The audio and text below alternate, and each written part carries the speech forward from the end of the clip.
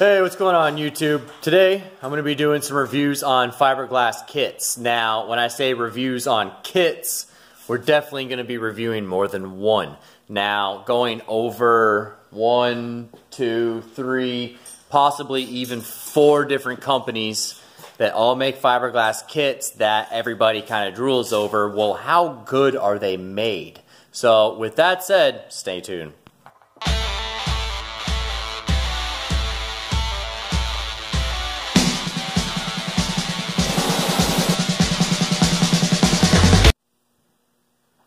Alright, so if you've been following my channel, you know that this kit is the first kit to America, the full kit at that. Most people did not purchase the rear bumper for the sheer fact that it was buku bucks. It's expensive, you know, there's a lot of work that is put into this. It's got a rear diffuser that's basically molded in so you can just plate the bottom.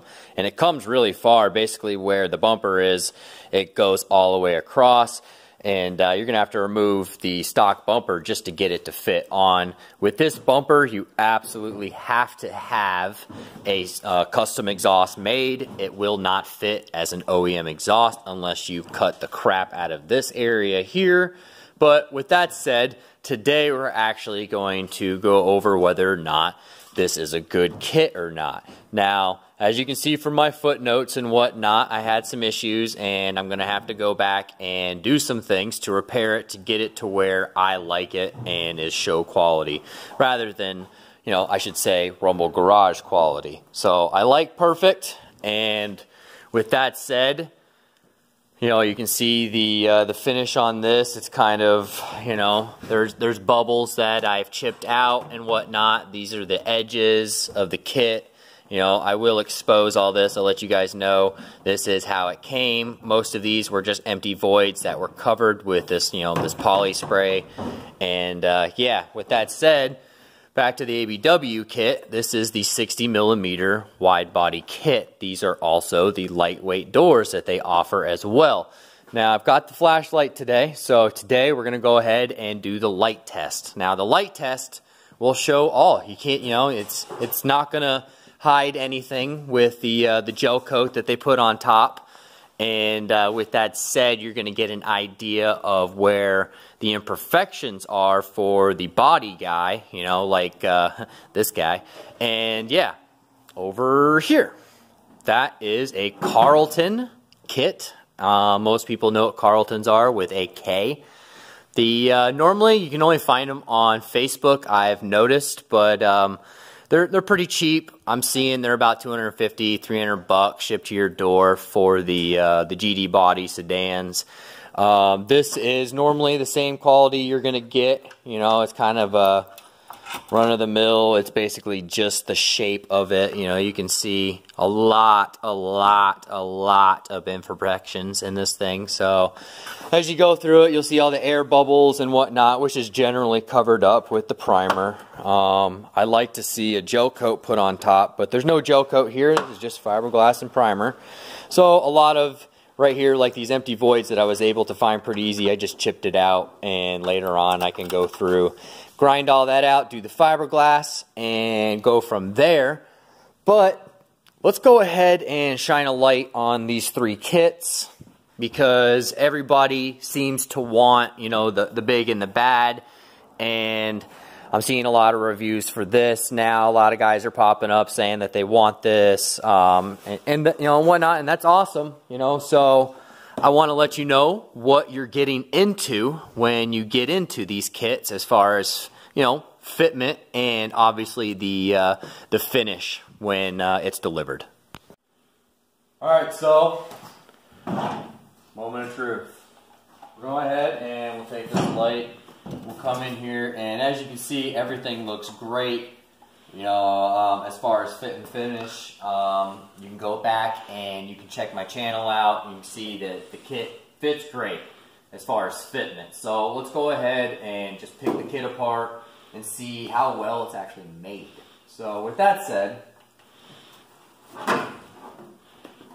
there you go. So it's highly transparent in some areas. If you come down to here, you'll see the light shining through, and basically in this area, that is a hole. There's no way to hide that. That is something that is going to have to be ground down, and structure is going to have to be added there so that there's no issue down the road, because it can most definitely crack.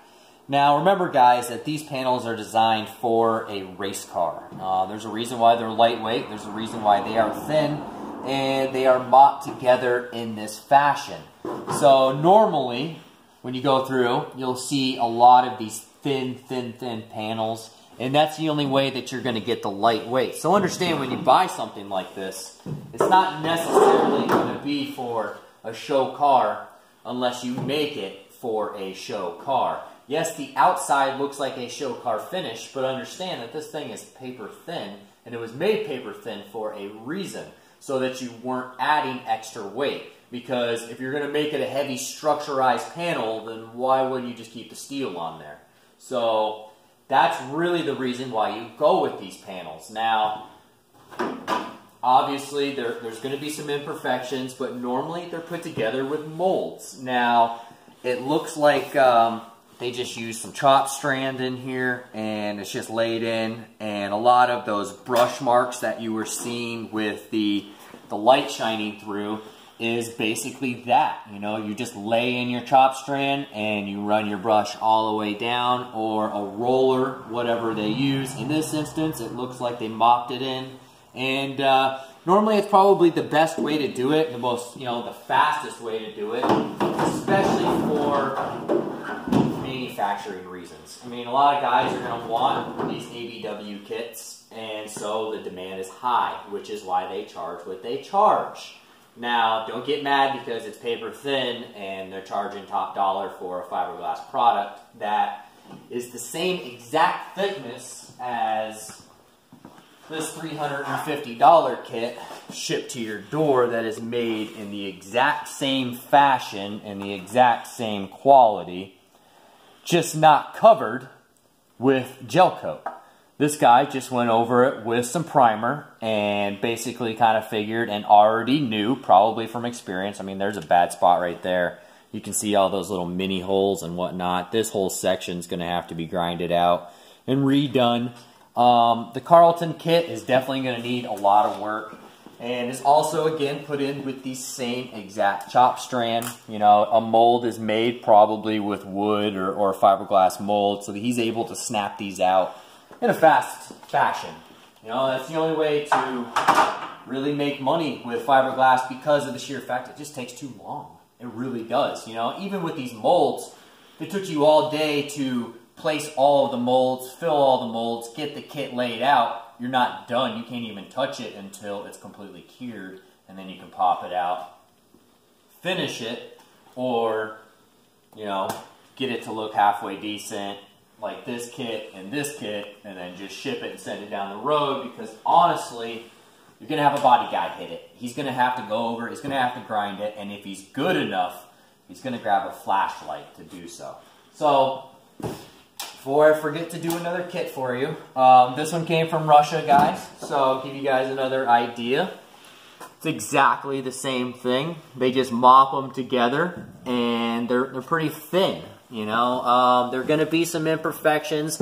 There will be dark spots in a lot of the corners, depending on how much was laid inside of here and whatnot. But, you're going to have your imperfections. So the only way for me to achieve show quality on this is to fit the kit first. Make sure it completely fits and form fits the exact way I want it to. And then I take the whole kit off. Grind the whole backside. I lay in all new fiberglass, because you're not able to build on the outside because of you're going to lose shape, which is a no-no. You want this contour, you want this shape, you don't want ridges and whatnot, so I got to build the structure back in there. So basically, with the thin layers of fiberglass, you need to add more fiberglass. This is going to be driven on the road daily. He's going to want to take it to the grocery store. I mean, why put all this time and money and effort into it? It's not a trailer queen. We put money and time into these cars so we can drive them and enjoy them. So, with that said, race car, daily driver. So that's how you gotta look at it, you know. So to be a daily driver, you're gonna have to put that extra time, that extra labor in order to make it strong enough to be driven. Now, back in the day, these kits were made basically the same way, early 90s. They slapped them together. You'll see a lot of kits on eBay, and they sell them really cheap now because of the reviews have hammered them. When they first came out back in the 90s, you know, 1999, no, excuse me, 2001, when Fast and the Furious came out, those fucking kits were, I'm trying not to cuss on my channel, but those kits were really expensive because of that movie. But now you can get an entire kit shipped to your door for like, what, 350 bucks? So, and that's everything, side skirts, and this is what you're going to get. It doesn't matter who you buy from, it's going to be built and manufactured the exact same way. So understand that. So when you pick and choose, oh, I'm going to get this guy to do it, I'm going to get this guy to do it, I'm going to get this guy to do it. Well, it's the same kit. It doesn't really matter who you buy it from. So really the best ideal thing to do, guys, is shop around. They're all 22B kits. They're all made in the same exact fashion. You get a 60mm kit, you get a 60mm kit. The high arches are still WRC high arches. They're all the same. It's just made by a different guy. Well, where do you think he got this mold from? They're not remaking the mold. They're not reinventing the wheel here. They're just copying. So that's really what the reflection of fiberglass is. You guys really should understand. I know it's kind of long, it's drawn out, and it's kind of rough and to the point. But really, I feel like everybody should understand what's going on. As far as this kit, it's going to take me probably a good month between working the actual kit and structuring the backside and whatnot. I'm finding that the biggest problem with this kit is not necessarily the fitment or the position of it, but the gaps. I hate the body lines and whatnot. These gaps are just insufficient. I like to achieve the OEM gap. So a lot of this is all going to have to be built in. I'm going to have to like stuff that in and then remat it. And then another thing too, if you come around here, I'll show you, I'll open up the door here. A lot of this is not even finished, you know, so a lot of the elements like snow, dirt, and just anything that's on the road is going to be thrown in here. So I would rather have this all closed off and sealed as a solid portion and a solid flare, so that I don't have to worry about any kind of kick up. They seem to start it here, you know, it's solid, but it then goes up into an unfinished kit, I feel. So I'm not understanding why they manufactured it this way, and the thing is, it carries up in through here also as well, and then all through the back bumper. As far as fitment on, you know, this rear piece here, this is actually pretty tight, and I got it exactly where I want it. There's a little bit of a gap here, but everything seems to be okay. They put the placement of the actual time inserts here, or actually, it's a hot rod term. It's not a time insert, it's a threaded rivet. So with that said, they put the threaded rivets in there on a good position, but on this side, on that piece, it's hard to see because it's kind of cluttered, but they put the threaded rivets way too low, almost like a 1/4 inch too low. So I can actually, when I got the bumper all the way up against the quarter panel, there's this much of a gap. There's a good 1/4 inch. I can put my fingers in there. So I'm going to have to fill all of that with fiberglass and get it right, or bust all 3 of those threaded rivets out and reinsert them in the correct place. But before I can do that, I can't just go in and drill out a hole and then try and insert a threaded rivet, because there will be a hole next to it because it's only got to move a 1/4 inch, and I'll destroy that whole section. There won't be any structure for that threaded rivet to bite in. So I have to grind all that back out, reset more fiberglass, and then I can re-drill a hole and put that in the correct placement. For now, probably just going to fill it with fiberglass. So it's a little bit, I can hide it. The whole kit is basically the same thing. The fenders all carry through. They're pretty open. you know, and versus here, all your finish here is going to be all chipped and whatnot. It's the same thing that carries all the way around. So every body panel and every piece is going to have to be body work. There's no ifs, ands, or buts about it. Right now, the entire kit is on with self-tappers, just so I know where it's got to go for hole placement, so I know where the threaded rivets have to go. So it's going to be a lot of work. I'm going to have to drill a lot of holes in the body. And then after I get all the fiberglass work done and all the fit and finish, and I can go through and I can measure all of my gaps, all of my fender lines are straight and perfect, then I can paint the car, paint the pieces, assemble it, and then rust proof it. And then this one can move on to doing the rest of the mechanical work. But as far as the ABW kit, as far as fit and finish, you can go back and see how well the ABW kit fits.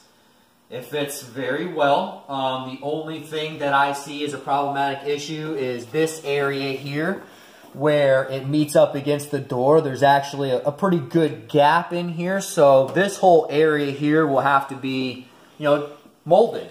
So you're going to mold the kit anyways. A lot of people see it as, what's that section down there? How come it's not completely flush up against the door? It's not a big deal. The reason why they do that is to taper it in, because you want it to mold there. You don't want it to mold up against the door, because that's not how the actual panel itself does on OEM fitment. So it'll look like an over fender kit, and it's not an over fender kit. It's a WRC conversion kit.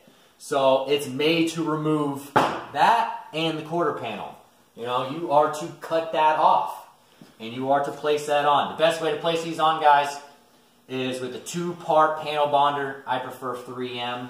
It's fast. Get yourself a 3M gun so that you can use their 2-part, and yeah, you can start doing body work after that. It's great. Super lightweight, super strong. It's not heavy stuff. Obviously, it's going to weigh as much as the tube does. So, and you know, a tube of 2-part epoxy ain't going to weigh much. So, with that said, that's fiberglass for you. There's a reason why I call it fiber trash. It's a very itchy process, and it's a dying art for the sheer reason that nobody wants to do it. So when you buy these things, make sure you find a guy that wants to do it, because if he doesn't want to do it and it doesn't enjoy doing it, how well is the job going to be performed? That's what you want. You want the guy to treat it like it's its own car. It's his. While it's here, he's liable for it. It burns to the ground. Guess who buys it? Guess who pays for it? Guy's shop that it's in. So understand that. Pick your body shop correctly. Don't just take it to Joe Schmo because he's close to your house. Understand that. So, when dealing with fiberglass, it's long, it's drawn out, but educate yourself. I'm Bill Schneider. I work on Only Cars with a Star, Subaru only. Hope you enjoyed the upload. Have a great day.